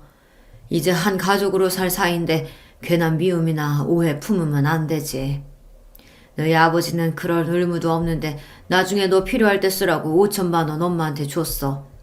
대출까지 받아서 힘들게 마련했다고 들었는데 그걸 네 엄마가 들고 간 거지. 그 사람 늘 아들인 너 생각하고 직접 못 키워준 걸 미안하게 생각하고 있을 거다. 그러니까 장인어른 아빠처럼 믿고 따르며 잘 살아라. 그럼 내 엄마는 지금 살아있다는 건가요? 아니야. 네 엄마는 결국 몇 년 전에 세상을 떠났다. 어느 날 갑작스러운 사고로 사망한 엄마의 장례는 같이 살던 울산 가족들이 치렀다는 그 소식조차 나중에 한참 지나고서야 들었다고 합니다. 딸 장례식도 모르고 지나가서 할아버지 혼자 몹시 애통해 하셨다는데 저는 그런 엄마가 보고 싶지도 않고 안타깝지도 않았습니다. 집채만한 파도와 바람이 몰아치는 바다도 하루아침에 잠잠해지듯이 내 인생은 그 후 모든 것이 안정을 찾게 되었습니다. 아무 문제 없이 현아와 결혼식을 올리고 신혼부부로 사이좋게 살며 넉 달 전 현아가 임신한 경사까지 생겼죠. 이렇게 저는 더할 나위 없이 행복한 하루하루를 보내고 있습니다. 다만 요사이 우리 부부에게 고민 한 가지가 있어 여기 계신 분들께 여쭤보고 싶으네요. 솔직한 성격의 아내는 자기 엄마만 아니면 모든 관계를 터놓고 편하게 지내고 싶은데 아직 아무것도 모르는 엄마가 걱정이라고요. 자신의 말실수로 나중에 장모님만 빼고 우리끼리 모든 비밀을 공유한 것을 알게 되면 그 상처와 배신감이 더 크지 않겠냐는 것입니다. 저 역시 장모님에게 이 모든 사실을 알려야 좋을지 선뜻 답이 안 섭니다. 물론 아버님과 할아버지는 장모님이 모르시는 게 좋겠다는 입장이시지만 말입니다. 아내가 장인어른이 자기 친부가 아니라는 사실을 안다는 것과 저와 장인어른의 관계를 장모님에게 끝까지 비밀로 해야 할까요? 여러분의 생각이 궁금합니다. 이렇게 길었던 저의 이야기를 모두 털어놓으니 어쩐지 속이 후련한 기분입니다. 또 제 사연을 들어주신 여러분에게 고맙습니다. 저는 지금처럼 아내랑 새로 태어날 아이와 함께 행복한 가정을 위해 열심히 살아보겠습니다. 그럼 함께 해주신 구독자 여러분, 안녕히 계세요. 안녕하세요. 저는 30대 여성입니다. 제가 겪었던 일 중 가장 황당했던 일을 한번 이야기 나눠보고 싶어서 사연을 보내봅니다. 저는 지금 싱글로 회사에 다니고 있습니다. 엄청난 대기업에 다닌다거나 그렇지는 않고요. 자그마한 중소회사에 다니고 있죠. 나름대로 직급도 과장까지 달았고 회사는 작지만 탄탄합니다. 직원은 30명 정도가 되는데 재정 문제도 없고 분야가 확실해서 든든한 회사예요. 물론 작은 회사이니만큼 연봉이 높지는 않습니다. 원래 제가 이 나이까지 미혼으로 남아있을 생각은 아니었어요. 물론 지금 30대까지 처녀인 게 흠이 되는 세상은 아니지만 저 개인적으로는 일찍 결혼해서 아기도 한 두셋 낳고 빨리 키운 후에 남편과 둘의 즐거운 노후를 누리자, 이런 게 인생 계획이었거든요. 자식들 잘 기르고 싶은 목표도 있었고요. 그래서 대학 졸업 후에 가능한 빨리 결혼을 하려고 했습니다. 거의 취업과 동시에 결혼하려고 작정하고 예비신랑하고 약혼까지 했었죠. 약혼이라고 해서 뭐 거창하게 약혼식 같은 걸 했던 건 아니고요. 예비신랑이 저한테 먼저 반지 하나를 주고 우리 꼭 결혼하자, 이런 식으로 약속했었거든요. 예비신랑 이야기를 먼저 해드려야겠네요. 저 대학 시절에 만난 사람이었는데 대학 동기였습니다. 저한테 약혼하자고 할 때는 군대에서 갓 전역한 시기였지요. 아무래도 여자하고 남자는 군대 때문에 졸업식이 차이가 있으니까요. 참 성실하고 착하고 숲기 없는 사람이었습니다. 적어도 제가 당하기 전까지는 저 자신을 그렇게 생각하고 참 사랑하던 남자였어요. 처음 대학에 입학했을 때 동기끼리 MT도 가고 하잖아요. 그때 먼저 친구로 친해졌습니다. 당시 저하고 남자친구, 그러니까 예비신랑은 같은 과여서 먼저 친해졌고요. 서로 썸을 타면서 같은 동아리에 들었는데 거기에서 만난 같은 학번 친구가 있었습니다. 그런데 그 친구가 의대였어요. 아주 예쁘기도 하고 의대라서 뭔가 같은 학교 내에서도 넘사벽이라는 이미지가 있었죠. 아무래도 의대하고 다른 과는 같은 학교라고 해서 입결이 비슷한 수준이라고 할 수가 없잖아요. 공부하는 수준 차이가 엄청나게 났으니까요. 그래서 셋이 같이 다니면서 친해졌는데 남자친구는 항상 제 친구가 너무 부담스럽다고 제 옆에 숨투시해서 다녔어요. 제 친구는 의대에 다니는 것도 그렇고 얼굴도 수수하니 예쁘장한 편이었거든요. 집안은 뭐 그렇게 잘 사는 편은 아니라는데 그래서 좀 힘들어하기는 했어요. 의대에는 잘 사는 학생들도 많고 애초에 부모님도 의사인 경우가 많아서 그 친구가 아무래도 힘든 모양이더라고요. 그래서 동아리 나와서 타과생들과 어울리면서 위로를 좀 받는 것 같았어요. 저는 그 친구가 안쓰러워서 잘해주려고 노력을 참 많이 했었죠. 의대라서 공부량은 타과 대비 넘사벽이었고 집안은 따라주지 않아서 학비를 벌기 위해 알바도 따로 해야 했고 그 친구도 참 많이 고생을 하고 있었거든요. 그런데 그런 상황에 남자친구는 제 옆에 숨어서 그 친구가 부담스럽다며 피하고 있으니 좀 답답하게 느껴졌었죠. 그 당시에는 그저 썸 타는 관계였던 남자친구하고 정식으로 사귀게 되고 난 이후에도 언제나 그랬어요. 처음보다는 좀 나아지기는 했지만 의대 친구는 저희랑 있는 걸 무척 좋아했는데 남자친구는 어색하고 대면대면해서 싫다고 자꾸만 자리를 피했죠. 의대 친구는 눈치가 빨라서 미리 다 알더라고요. 그래도 제가 너무 어색해하지 말라고 나랑 놀면 되지 않냐고 의대 친구를 달래서 같이 지냈거든요. 어차피 셋이 같은 동아리이기도 했고 그 동아리에 같은 학번이 저희밖에 없기도 했으니까요. 그리고 남편이 남들보다 조금 늦은 시기에 군대에 갔고 저는 의대 친구하고 더 붙어 다니면서 많이 친해졌어요. 원래도 친했지만 그 시기에는 진짜 베프처럼 지냈었죠. 그 친구는 그래도 의과대에도 친구가 많이 생긴 것 같았지만 제가 더 편하고 좋다면서 저하고 거의 다녔어요. 솔직히 저는 좋으면서도 싫은 면이 있긴 했었어요. 그 친구가 소박하고 얌전하게 생겼는데 그런데도 되게 예쁘장한 느낌이 있었거든요. 저도 나름 예쁘게 생겼다고 생각했지만 의대 갈 만큼 공부도 잘하는 얘가 그렇게 예쁘니까 솔직히 그 친구는 기다리면 의사 될 거고 100% 지내면 절대 나쁠 일도 없는 거라 좋긴 했는데 너무 스펙이 좋아서 곁에 같이 다니는 제가 좀 주눅들 때가 많았어요. 겉으로 보면 비슷비슷하게 예쁜데 까놓고 보면 의대하고 문과대였으니 그리고 그 친구도 그걸 알아서 좀 무줄될 때가 있기도 했었죠. 사실 의대 애들이 건방진 경우 엄청 많거든요. 다른 과 학생들은 같은 학교로도 안 치는 경우가 많았고 진짜 동무는 자기네 과만 진짜라고 생각하는 애들도 많았고요. 그 친구는 그 정도는 아니었는데 같이 다니다 보면 저하고 같은 수준으로는 전혀 생각하지 않는 그런 느낌이 참 많이 들기도 했어요. 그럴 때면 상당히 속상하기도 하고 애랑 같이 계속 친구를 해야 하나 싶기도 했지만 뭐 친구 사이라는 게 속상한 일 하나도 없이 유지되는 건 아니잖아요. 그래서 그냥 제 쪽이 조금 손해본다 생각하고 지내기로 했었죠. 그리고 남친이 전역하고 돌아왔어요. 그때 제가 졸업반이었고 졸업식 직후에 남친이 반지를 주면서 자기 대학 졸업하고 나면 바로 결혼하자고 하더라고요. 일종의 약혼이었죠. 저도 이 남자친구하고 결혼하고 싶다고 늘 생각해왔기 때문에 기쁘게 받아들였어요. 제가 졸업하면서 바로 칼취업을 했기 때문에 남자친구는 제가 다른 남자를 사귈까봐 불안했다고 하더라고요. 조금 더 능력 있고 잘난 남자들이 주변에 있을 게 뻔하니까요. 뭐 그렇게 큰 대기업도 아니고 중소기업에 취직했는데도 좀 불안해하더라고요. 그래서 제가 저를 믿어라, 난 너를 떠나지 않는다 하면서 안심시켜줬어요.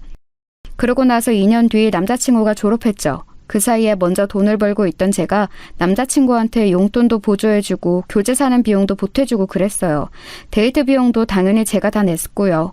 이건 당연하다고 생각했고 지금도 불만은 없어요. 일단 제가 돈 버는 직장인이었고 남자친구는 학생이었으니까요. 남자친구도 처음에는 좀 부끄러워하다가 제가 그러지 말라고 나중에 네가 돈 잘 벌 건데 그때 날 책임져주면 되지 않냐고 했더니 알겠다면서 당당해지더군요. 남자친구는 그래도 학점 관리와 스펙 관리를 열심히 해서인지 바로 취업이 되었어요. 게다가 대기업에 취업해서 연봉도 상당히 높더라고요. 초봉이 2년 차인 저보다 훨씬 높아서 너무 부럽기도 했고 동시에 결혼하면 우리가 어차피 같은 경제 공동체일 거니까 좋기도 했어요. 요즘 뭐 부부들이 반반 생활비 한다지만 그래도 어쨌든 돈 같이 모아서 집도 사고 하잖아요. 남편이 돈 잘 버는 게 절대 나쁠 리가 없었죠. 저는 남자친구가 이미 반지도 줬겠다. 당연히 취업하자마자 결혼하게 될 줄 알았어요. 그런데 취업 축하 겸 같이 신나게 놀기도 하면서 시간이 조금씩 흐르는데도 결혼 이야기를 조금 더 꺼내지 않더라고요. 그래서 제가 그 친구 취업하고 나서 6개월쯤 지났을 때 조심스럽게 이야기를 꺼내보았었죠. 자기, 우리 이제 결혼 준비해야 하지 않을까? 결혼? 아, 나 아직 준비가 안 되었는데. 준비가 뭐가 필요해? 취업 막 해서 모은 돈도 없고 지금 직장 적응하는 것만도 힘들어. 알잖아. 남자친구는 귀찮다는 듯이 말했어요. 저는 그 내용은 그럴 법하다고 생각했지만 남자친구가 말하던 그 귀찮은 듯한 태도가 너무 충격이었죠. 여태까지 남친이 그런 식으로 저한테 말한 적이 없었거든요. 워낙 순하고 착한 사람이었기 때문에요. 저는 그날 그냥 알았다고 하자 그날 밤 소가리를 좀 했었죠. 혹시 대기업에 취업해서 마음이 바뀐 건가? 그동안 뒷바라지 해왔던 나는 별로가 된 건가 싶었어요. 대기업에 들어갔으니 거기는 얼마나 예쁘고 상냥한 여직원이 많겠나 싶기도 했고요. 그날 밤 계속 잠도 못 자고 있다가 속상한 마음에 베프였던 의대 친구한테 전화를 했어요. 의대는 6년 과장이라 당시 친구는 졸업 관련으로 정말 정신없이 바쁠 때였죠. 하지만 그런데도 그 친구는 저한테 전화를 받아서 제 징징거림을 모두 들어줬어요. 친구는 침착하라고 남친이 지금 직장 처음 들어가서 너무 힘들어서 그런 걸 거라고 충고를 해주었죠. 원래 직장 처음에 들어가면 적응하기 힘든 거 너도 겪어봐서 알지 않냐는 말에 정신이 조금 들기는 했어요. 국가고시니 졸업이니 해서 힘들고 피곤할 텐데 이런 제 징징거림에 고민 상담을 해주는 베프한테 고맙기도 했고요. 저는 베프의 말을 듣고 남친을 믿었습니다. 실제로 남자친구는 아주 피곤하게 끝없는 야근에 시달리고 있었어요. 남친이 들어간 대기업은 초봉이 높고 이름값도 높은 곳이었지만 그 연봉을 괜히 주는 게 아니더라고요. 게다가 워낙 스펙 좋고 잘난 사람들만 들어와서인지 그 사이에서 성과를 내야 하는 게 너무 힘들다면서 남친이 힘들어했어요. 저는 옆에서 그럴 때마다 다독거려 주었고 남친은 저밖에 없다면서 하소연을 하고는 했었죠. 결혼 이야기는 당분간 하지 말아야겠다 싶기도 했어요. 저렇게까지 힘들어하는 사람 앞에서 결혼 이야기는 좀 너무한 것 아니겠어요? 물론 저야 하루라도 빨리 결혼하고 싶은 마음이 있었지만 양쪽 모두가 하고 싶어야 할 수 있는 게 결혼이었으니까요. 제가 다정하게 다독여주고 나면 남친은 고맙다고 저한테 고급스러운 명품 지갑 같은 걸 선물로 사다 주기도 했고 꽃다발이나 작은 액세서리 같은 걸 사주기도 했어요. 고마운 마음을 매번 표현해주는 남친 덕분에 저도 크게 불안하지는 않았었지요. 다 좋았는데 남친의 사고방식 같은 게 좀 변해가는 게 느껴지더라고요. 대기업에 있으니까 뭐든지 성과 위주라고 해야 할까요? 눈에 보이는 뭔가를 이뤄내지 않으면 회사에서 닥달을 당하니까 그런 회사 생활이 몇 년째 길어지면서 사람이 바뀌더군요. 저는 작은 회사에 다녀서 돈은 많이 못 받아도 그런 건 없었거든요. 동료 직원은 어떨 때는 친구 같기도 했고 사람들도 뭐 불만은 있지만 인간적으로 친밀하고 그런 사이였어요. 저희 회사가 조금 더 그런 면이 있기도 했고요. 그런데 남자친구는 회사 동료하고 그런 게 어딨냐면서 인사 시즌 되어보면 전부 다 경쟁자라고 화를 내고는 했어요. 그럴 때면 대학 시절 그 다정하고 착하던 남친이 맞나 싶은 생각이 들어서 의아해지고는 했었는데요. 하지만 저한테는 항상 잘했으니까 뭐라고 할 마음은 안 생기더라고요. 사람이 환경에 따라 변할 때도 있는 거지 싶기도 했고요. 뭐 사람이 언제나 똑같은 상태로 평생 살 수는 없는 것 아니겠어요? 그러면서 거의 3년 정도가 지났을 거예요. 4년 가까이 지났던가? 아무튼 이제 회사에서도 남친이 신고 딱지를 떼고 어엿한 선임이 되어 있을 무렵이었죠. 이제는 정말로 결혼해야 하는 게 아닐까 하는 시기였어요. 제가 30 직전인 나이라서 더 늦어지면 아이를 낳을 때 고생할 것 같기도 했고 무엇보다 결혼을 30 넘어서 하고 싶지는 않았거든요. 웨딩드레스 입은 신부가 20대인 것과 30대인 건 분명히 다르다고 생각해서요. 그래서 제 생일날 저는 케이크와 꽃다발, 선물을 준비해서 남자친구와 같이 앉아있다가 미리 준비해두었던 반지를 꺼냈어요. 남자친구가 청혼하지 않는다면 내가 하지 뭐 라는 단순한 발상이었죠. 어차피 약혼할 때는 남친이 반지를 줬으니까요. 제가 반지를 꺼내서 내미니까 남자친구가 무척 놀라더라고요. 뭐 놀랐을 것 같기는 해요. 아무리 그래도 여자 쪽이 먼저 반지 맞춰서 청혼하는 경우는 많이 없으니까요. 웨딩밴드를 미리 맞춰서 제작했다. 우리 커플링도 대학 때 맞춘 거밖에 없지 않느냐 설명하고서 저와 결혼해달라고 익살스럽게 고백했죠. 남자친구는 좀 망설이는 얼굴이었지만 알겠다고 하고서 반지를 받아 끼웠어요. 이제 나는 예비 신부, 남친은 예비 신랑이 되었다는 사실에 저는 너무 좋아서 기뻐 죽을 것 같았죠. 아주 어릴 때부터 하고 싶었던 결혼을 드디어 사랑하는 사람과 이루게 되었다는 것이 좋았거든요. 하지만 묘하게 결혼을 약속하고서 준비를 하기 위해 제가 동분서주하기 시작한 그때부터 예비 신랑이 심드렁해지더군요. 원래는 저한테 작은 선물도 많이 해주고 자주 불러내서 같이 밥 먹고 데이트하는 일이 무척 많았었거든요. 그런데 그때를 기점으로 제가 귀찮다는 듯이 굴기 시작했어요. 결혼 준비하러 이런 걸 보러 가야 한다, 이걸 골라야 한다, 이거 예약하려고 알아봐야 한다 이야기를 해도 예비 신랑은 듣는 둥 마는 둥 제가 뭐라고 하거나 말거나 가만히 있더라고요. 도리어 제가 내린 결정에 태클을 걸거나 비웃어서 사람 열받게 하고 결국은 싸움으로 데이트가 끝나는 일이 너무 잦아졌어요. 그러던 끝에 불과 한 달도 지나지 않아서 제가 폭발했었죠. 대체 뭐가 문제냐고, 나랑 결혼을 하긴 할 거냐고 소리를 질렀어요. 저는 너무 당연하게도 제가 이렇게 말하면 예비 신랑이 미안하다고 할 줄 알았죠. 어차피 결혼할 사람인데 당연히 사이가 좋게 유지되는 걸 바라지 않겠어요? 하지만 예비 신랑의 반응은 제 예상과 완전히 달랐었죠. 말 안 하려고 했는데 진짜 해야겠다. 너 진짜 나하고 결혼하고 싶어? 당연한 거 아니야? 무슨 말이 하고 싶은 거야? 너도 나하고 결혼한다 했잖아. 야, 솔직히 너랑 나랑 스펙이 맞는다고 생각하냐? 난 대기업에서도 지금 인정받고 있고 넌... 나? 내가 뭐? 나한테 문제가 있다는 거야? 솔직히 조그만 회사에서 뭐 비전도 없고 언제 잘릴지도 모르고 내가 너하고 결혼해야 할 이유가 뭐가 있어? 솔직히 말하면 그러잖아. 예비 신랑은 당연하다는 듯이 그렇게 말했고 저는 너무 충격을 받았어요. 그 작은 회사에서 월급 받아 졸업 전까지 이것저것 스펙 쌓으라고 돈 보태줬던 게 저인데 이제 대기업 취직해서 자리 잡고 나니까 저런 소리를 하더군요. 더 충격은 그 다음이었어요. 나 여자도 능력 봐. 그리고 네 친구 미선이 걔하고 사귀고 있어 지금. 뭐라고? 의대 미선이? 내 베프? 그래, 이제 레디전트잖아. 능력 있는 네 친구가 너보다 100배 낫지. 예비 신랑은 그렇게 말하면서 웃더군요. 저는 귀를 의심했어요. 비록 그 친구가 너무 바쁜 인턴과 레지 과정을 거치면서 자주 연락을 할 수 없어 요즘 조금 뜸해졌다고는 해도 대학 시절부터 지금까지 베프인 건 확실했거든요. 대학 시절에 남친은 도리어 그 친구가 부담스럽다면서 자리를 피했었는데 지금 와서 사귄다고 하니까 믿을 도리가 없었어요. 제가 믿지 못하겠다면서 소리를 지르고 그 자리에서 친구한테 전화를 했는데 전화를 받은 친구는 말없이 있다가 그래, 나 네 예비 신랑이랑 사귀고 있어 라고 말하고서는 끊어버리더라고요. 정말 세상이 무너지는 것 같았어요. 제가 울고 있는데도 예비 신랑은 저를 돌아보지도 않고 나가버리더군요. 순식간에 베프와 예비 신랑을 모두 잃게 된 처지에 정신이 나갈 것 같았어요. 아예 상상도 하지 못했던 순간이었거든요. 베프하고 다시 연락이 되지 않는 기간이 길어지고 있었지만 그건 걔가 너무 바빠서였고 예비 신랑하고 결혼 준비가 어느 정도 되고 나면 연락을 할 생각이었어요. 하지만 그 사이에 예비 신랑은 그 친구하고 바람이 나 있었던 거였죠. 대체 언제부터였는지는 잘 모르겠어요. 지금까지도요.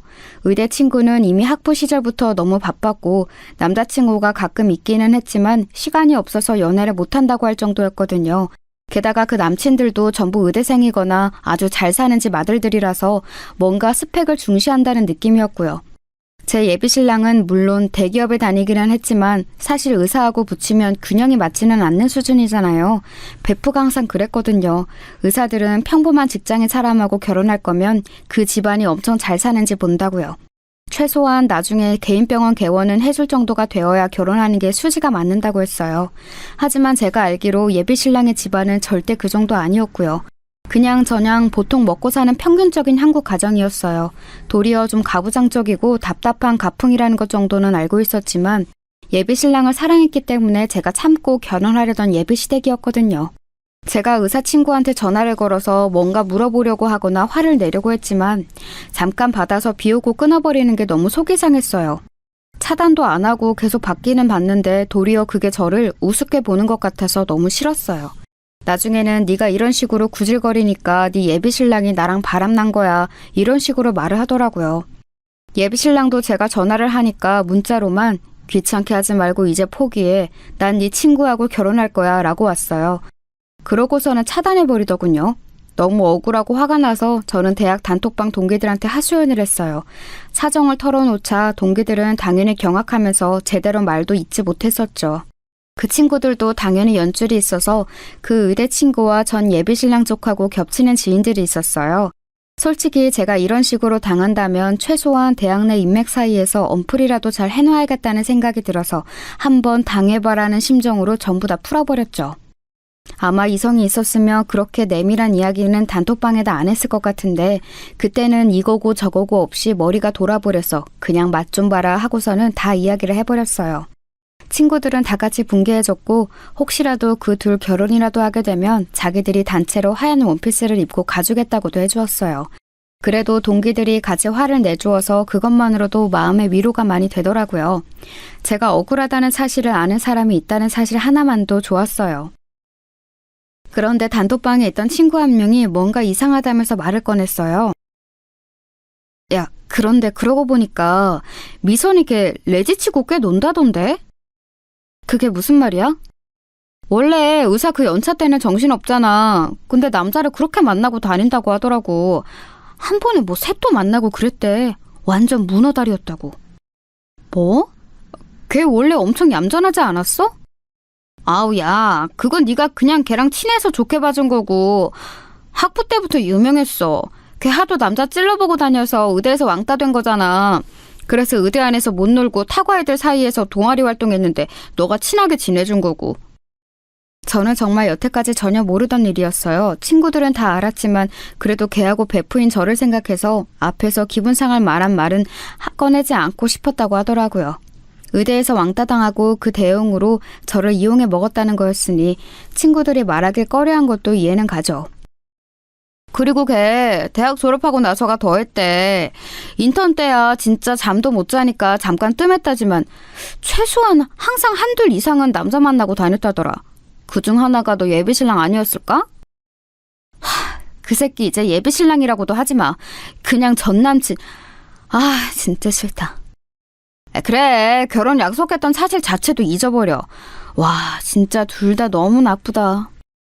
그 의대 친구하고 공통 지인이 있는 친구들이 합세해서 이야기를 더 자세히 들어보니 정말 가관으로 놀고 다니는 모양이더라고요. 자기는 스펙업을 하려고 어학원에 다닌다, 뭐 취미생활로 라틴 댄스를 배운다, 소모임에 나간다 어쩌고 하면서 나가는 모임마다 남자를 꼬시고 다녔다고 해요.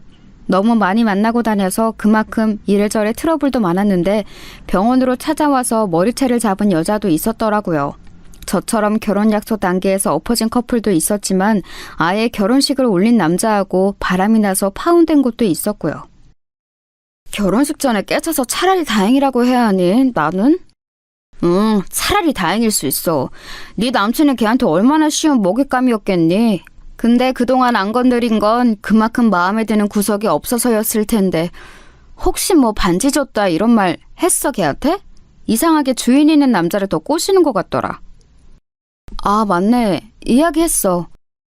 베프였으니 이런저런 이야기를 정말 많이 하는 편이었죠. 남친 군대 전역 직후에 저한테 반지 주면서 결혼 약속했던 것도 당연히 이야기했었고 남친이 취업하고 나서 결혼 생각한다는 사실도 이야기했고요. 아마도 그 사이 언제쯤에 의사 친구가 남친을 꼬시려고 마음을 먹었을 거고 실행이 옮겨서 둘이 만나기 시작했을 거고요. 야 걱정 마. 걔 남자 하나둘 아니라서 네 전남친 아마 골탕 먹을 거다. 내가 장담해. 친구가 단호하게 이야기를 해주어서 저는 마음이 조금 풀렸어요. 솔직히 저는 병원까지 찾아가서 머리채 잡을 용기도 없었고 그냥 속 타고 화만 나는 상황이었거든요. 하지만 어찌되었든 그 둘이 잘 안 될 거라는 확신에 찬 말을 들으니까 조금 속이 나아졌죠. 동기들한테 털어놓고 실컷 언플을 해놓고 나서도 분이 풀리지를 않았어요. 하지만 제가 사실상 할 수 있는 일은 그 이상이 없었지요. 제가 그전 남친하고 법적으로 혼인관계였던 것도 아니고 아무리 결혼 약속을 했다고는 해도 남들이 보기에는 그저 사귀는 사이였을 뿐이니 다른 여자로 갈아탔다고 해도 그걸 가지고 법적 처벌이니 뭐니 할 수는 없잖아요. 그래서 여전히 화가 난 채로 저는 다시는 결혼 같은 거 할 생각 하지도 않겠다고 생각하면서 그냥 일에만 몰두했어요. 하지만 아무리 신경을 끄려고 해도 공통 지인들이 있기에 소식은 들려왔어요. 어느 날 갑자기 동기 단톡방에 불이 나다시피 엄청나게 메시지가 쌓여있길래 들어가 봤어요. 그랬더니 난리가 났더라고요. 뭔 일인데 이렇게 난리야? 아, 그게 미선이 관련된 일인데 제가 들어가니까 갑자기 애들이 말을 조심하는 눈치이기에 저는 어리둥절해서 물었고 친구 하나가 망설이다가 대답해줬어요. 아무래도 그전 베프와 관련한 일이었기에 피해 당사자였던 저 앞에서 말하기가 망설여졌던 거였겠죠. 걔 임신했다더라고. 지금 그래서 병원도 휴직하고 좀 쉬어야 하는 모양이던데. 설마 그 새끼야? 지금 상황 봐서는 그런 것 같아. 와, 미친놈. 임신 4개월이라고 하더라. 친구가 머뭇거리며 전해준 말에 귀가 다시 한번 막혀왔어요. 아직 헤어진 지 2달도 되지 않는 상황. 임신 4개월이라면 그 전에 이미 잠자리를 했다는 이야기죠. 아니, 약혼녀 친구하고 바람난 놈이니 당연히 잠자리야 했겠는데 그걸 현실적인 증거로 눈앞에 접한다는 건 또 다른 문제였어요. 속이 뒤집히려고 했죠. 그래서 지금 결혼하려고 준비한다나 봐. 그 새끼 스펙 따지고 조건 엄청 따지는 놈인데 걔랑 결혼하려고 임신 공격한 거 아니야? 일부러? 가능성 있지. 의사 안에 만나기 쉽지 않으니까. 아무래도 먼저 임신시키고서 결혼하려고 일부러 피임도 안 했을 수도 있고. 아, 진짜 더러워. 정말 제가 한때 사랑했고 그때까지도 좀 미련이 남았던 남자였기 때문에 더 징그럽고 더럽다고 느껴졌어요. 어떤 분들은 미련이 남다니 제정신이냐고 하실지도 모르겠지만 오래 연애했고 또 정말 좋은 사람이라고 생각했었거든요. 지금 잠깐 정신이 나간 거 아닐까, 그냥 좀 가만히 기다리다 보면 정신 차리고 받아달라고 무릎 꿇고 빌지 않을까 하는 마음이 안 생길 수가 없었죠. 하지만 다시 생각해보면 대기업 들어가서 그렇게 사람이 확 달라지는 꼴을 보니 저 사람을 믿을 수가 없긴 했어요. 지금까지 저한테 보여줬던 모습 중에 진짜인 게 없을지도 모른다는 느낌까지도 들었으니까요. 남자들 다 똑같아. 여자 진짜 욕심나서 결혼하고 싶으면 얼마든지 임신 공격하고도 남지. 아, 진짜 더럽다. 너 그냥 걔 물렸다 치고 잊어버려. 내가 더 좋은 사람 소개시켜줄게. 단톡방 친구들은 하나같이 제가 더 아까웠다면서 위로를 해주었어요. 마음은 정말 고마웠지만 크게 위로는 되지 않았었죠. 누가 보아도 제가 스펙도 모자라고 못나서 차인 게 뻔했으니까요. 그 의사 친구는 의대 나와 의사 생활을 하면서 외모도 점점 더 예뻐졌거든요. 아무래도 돈 잘 벌고 자기 자신한테 투자도 많이 하고 다 하다 보니까요. 저는 남자친구 뒷바라지 하느라 저한테 돈을 잘 쓰지도 못했고 애초에 벌이도 좋지 못했으니 점점 더 차이가 나는 게 너무 당연했어요. 솔직히 진짜 비참하더라고요. 예쁜 의사 친구, 심지어 대학 시절 베프였던 애하고 결혼 약속했던 예비신랑하고 바람이 나다니. 심지어 그 의사 친구가 꼬신 것도 아니고 노골적으로 예비신랑이 아예 임신 공격을 한 게 분명해 보여서 더 화가 났어요. 게다가 학교 동기 단톡방에서 전부 다 이 사실을 알아버려서 제가 낯을 들 수가 없더라고요. 애초에 거기다가 말한 건 제가 하기는 했지만 정신이 좀 들고 나니 한편으로는 너무 부끄럽고요. 서로 겹치는 지인들도 많고 타과생들도 끼어있는 단톡방이어서 이야기가 어디까지 퍼져나갔을지 알 수가 없었어요. 저는 이제 아예 관심을 끊고 있으려고 했지만 그게 마음처럼 되나요?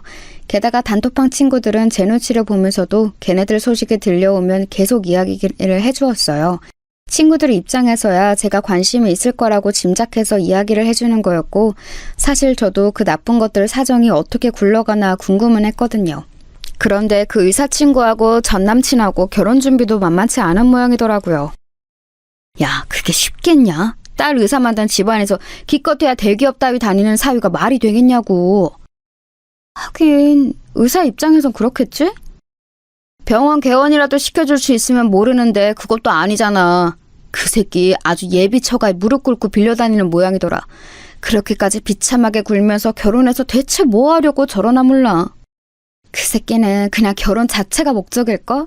뭐든지 지 목표가 있으면 당연히 해야 한다고 생각하는 새끼라서. 그 새끼는 의사 마누라라는 일종의 트로피를 들어올리고 싶은 거였죠. 제가 그 인간 심리를 좀 알 것 같았거든요. 그리고 돈도 잘 버니 자기가 나중에 잘리더라도 괜찮을 거라는 계산도 있었을 거고요. 대기업 직원이라고는 하지만 의사하고 결혼하는 사람이 몇이나 있겠어요?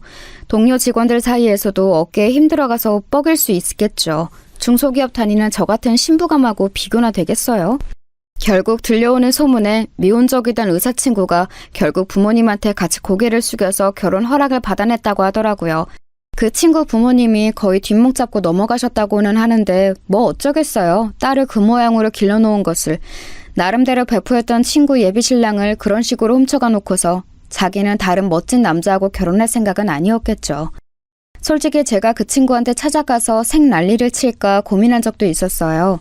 처음에 예비신랑이 저를 차고 나서 거의 일주일은 잠을 아예 못 자고 날밤을 새웠거든요.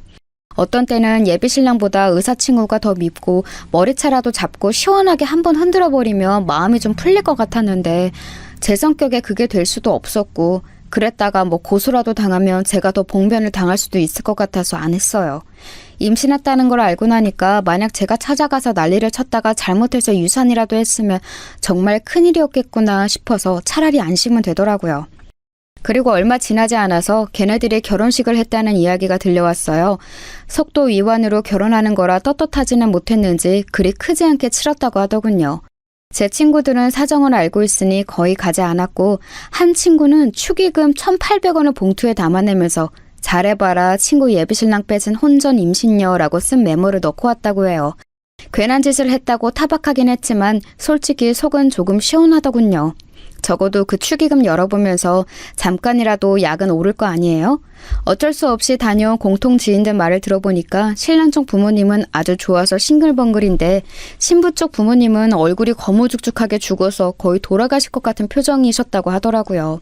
의사 딸이 혼전 임신으로 택도 없는 신랑감을 데려왔으니 어쩔 도리가 없는 거였겠죠. 그러고 나서는 친구들이 하나같이 입을 다물었어요. 슬슬 걔네들 이야기를 꺼내지 않는 게 저한테 더 배려하는 거라고 생각을 했었나 봐요. 제가 그래도 평소에 행동을 잘했구나, 인덕을 쌓았구나 라고 느꼈던 게 친구들이 하나같이 저를 배려하는 게 느껴져서였죠.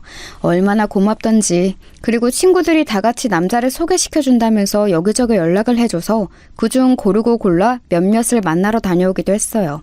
하지만 상처가 아직 너무 큰 상태라서 잘 되기는 쉽지 않았었죠. 그러다 몇 달이 지났는데 친구들 단톡방이 뭔가 술렁술렁 하더라고요. 저한테 말은 안 하는데 뭔가 분위기가 묘해요. 그때쯤 저는 예비신랑 일을 잊으려고 일에 몰두할 때라 정확하게 무슨 일인지는 알 수 없었죠. 그런데 한 친구가 저한테 해줄 말이 있다고 따로 만날 수 있냐고 하더라고요. 그래서 저는 그러자고 하고서 친구를 퇴근 후 저녁 때 만나서 카페로 갔어요. 너 모르지? 걔네 이야기. 걔네? 아, 설마 미선이? 모르지, 나야. 진짜 대박이야. 걔 애기 낳았거든? 생각해보니까 그때쯤 걔가 애기 낳을 때가 되긴 했더라고요. 근데 걔가 애기를 낳건 말건 제가 무슨 상관인가요? 어차피 저랑은 그 전 남친도 전 베프도 완전히 끝난 인연인걸요. 별로 그 이야기는 듣고 싶지 않았던 제가 그냥 말없이 고개를 끄덕이니까 그 친구가 주변을 둘러보고 조심스럽게 목소리를 낮춰서 말해주었어요. 근데 흑인 애가 나왔대. 진짜 미친 거 아니냐? 뭐? 저는 정말 그 순간 귀를 의심했었죠. 아니 분명히 전 남친하고 자서 임신해서 결혼한 거 아니었나? 근데 어떻게 흑인 애가 나오지? 싶었던 거예요. 너무 어이가 없어서 친구를 입을 벌리고 쳐다보고 있으려니 제가 못 믿는다고 생각했는지 친구가 다시 한번 말하더라고요. 진짜야. 그래서 병원 완전히 뒤집어졌었대. 네 전남친 애 낳는 동안 안절부절하면서 아주 난리 버거지였다는데 애 낳고 나서 흑인인 거 보고 거의 기절했다고 하더라. 흑인? 아니 그게 가능해? 그니까 내가 그랬지. 미선이 걔 남자 진짜 엄청 만나고 다닌다고. 영어 공부한답시고 어학원도 다녔는데 거기 선생이 흑인이었다더라. 다들 그 선생하고 한참 놀고 나서 네 전남친 꼬신 거 아니냐고 그랬어. 흑인 혼혈 나올 걸 알면서 그랬다고? 그랬겠니? 한 번에 한국인 흑인 가리지 않고 여러 만나다가 임신하니까 누군지 알 수는 없고 그래서 그냥 만만한 놈 하나 잡아서 결혼한 거겠지. 책임지게 만들려고. 네 전남친 다른 남자 애 나와도 별말 못하게 생기긴 했더라. 아하, 그제야 이해가 가더군요. 이 사람 저 사람 다 만나고 자고 다니다가 임신했는데 지우기도 애매한 시기라 그냥 적당한 인간 하나 잡아서 말 못하게 하려고 결혼했던 거였어요. 거기에 제 전 예비신랑이 걸린 거였고요. 솔직히 고소하더라고요. 제 전 예비신랑은 베프 남친하고 바람나는 여자가 정상적인 도덕관념일 걸 기대하고 사귀었을까요? 좀 웃기는 일이죠. 남의 일이라고 생각하고 있었지만 일이 이렇게 돌아가니까 관심을 안 가질 수가 없더군요. 저는 계속해서 공통 지인들과 친구들한테 이야기를 해달라고 해서 들었어요. 대체 얼마나 난리가 났나 궁금해서 살 수가 없었거든요. 흑인에 나오고 나서 전 남친은 뻣뻣하게 굳어서 꼼짝도 못하고 있었다고 하더군요. 애 인종에 대해서 어떤 이야기를 둘이 나눴는지는 몰라도 출산한 아내가 아직 병원에 있는데 그냥 집에서 다 짐 싸들고 나왔다는 이야기를 들었어요. 당연한 것 같으면서도 쪼잔해 보이기도 하고. 본인이 선택한 일이잖아요. 서로 도덕적인 기준이라고는 바닥인 것 같은데 그거 알면서 결혼한 거 아니었을까요? 그래놓고 다른 남자 아이라고 그렇게나 충격받은 것처럼 집까지 나올 일이람 하는 생각이 들더라고요. 어차피 저를 가장 비참한 방식으로 배신한 인간 일이었으니까요. 그러고서 이혼을 한 해 만에 그 의사 친구 직장에도 소문이 짜게 퍼져서 난리가 났다고 하더군요. 거기에 제 이야기까지 끼워져서 퍼졌다고 해요. 누가 봐도 엄청난 일이긴 하잖아요. 대학 시절부터의 오랜 베프 예비신랑하고 바람나서 결혼까지 했는데 혼전 임신이라고 해서 낳은 애가 흑인 아이. 어디 결혼과 전쟁 이런 프로그램에나 나올 법한 일 아닌가요? 전 남친은 이혼할 거라고 소리소리 지르고 난리를 떨고 다니고 있고 반대로 의사 친구는 뻔뻔하게 이왕 낳은 거 어쩔 거냐고 인종 다른 게 뭐가 그렇게 문제냐고 한다고 했어요. 너하고 만나기 전에 다른 남자 만났던 게 뭐가 그렇게 큰 문제냐고 도리어 적반하장격으로 나왔대요. 저는 그 이야기들을 들으면서 친구들하고 그들 뒷담으로 거의 날밤을 새우다시피 했어요. 저는 정말 전혀 몰랐던 일이었는데 그 의사 친구한테 저 말고도 남친 빼앗겼던 애들이 두세 정도 더 있더라고요. 물론 대학 시절 어릴 때 일이기는 했는데 그때부터도 그렇게나 양다리도 아니고 문어다리로 남자들을 그렇게 많이 꼬시고 다녔다면서 친구들이 결국 저렇게 될 줄 알았다고 고소해하더군요. 저도 이제 남일이라 그저 웃기만 했어요. 결과가 그 꼴이 난 걸 보니 복수하고 싶은 마음도 사라진 지 오래였고 그냥 쟤네들이 멀리서 지들끼리 싸우기만 하면 되겠다 싶었어요. 그런데 걔네들 이야기가 아주 꿀잼이라면서 친구들끼리 뒷담을 까고 난 후 한 달도 채 지나지 않았을 무렵이었어요. 제가 퇴근하는 길이었는데 회사에서 나와 지하철역으로 가려는 순간 앞에 어떤 남자가 불쑥 가로막더라고요. 전 너무 놀라서 소리를 지를 뻔했는데 그 남자가 얼른 손을 들면서 저한테 말했어요. 나야 자기야 놀라지 마. 너무 갑자기 왔지?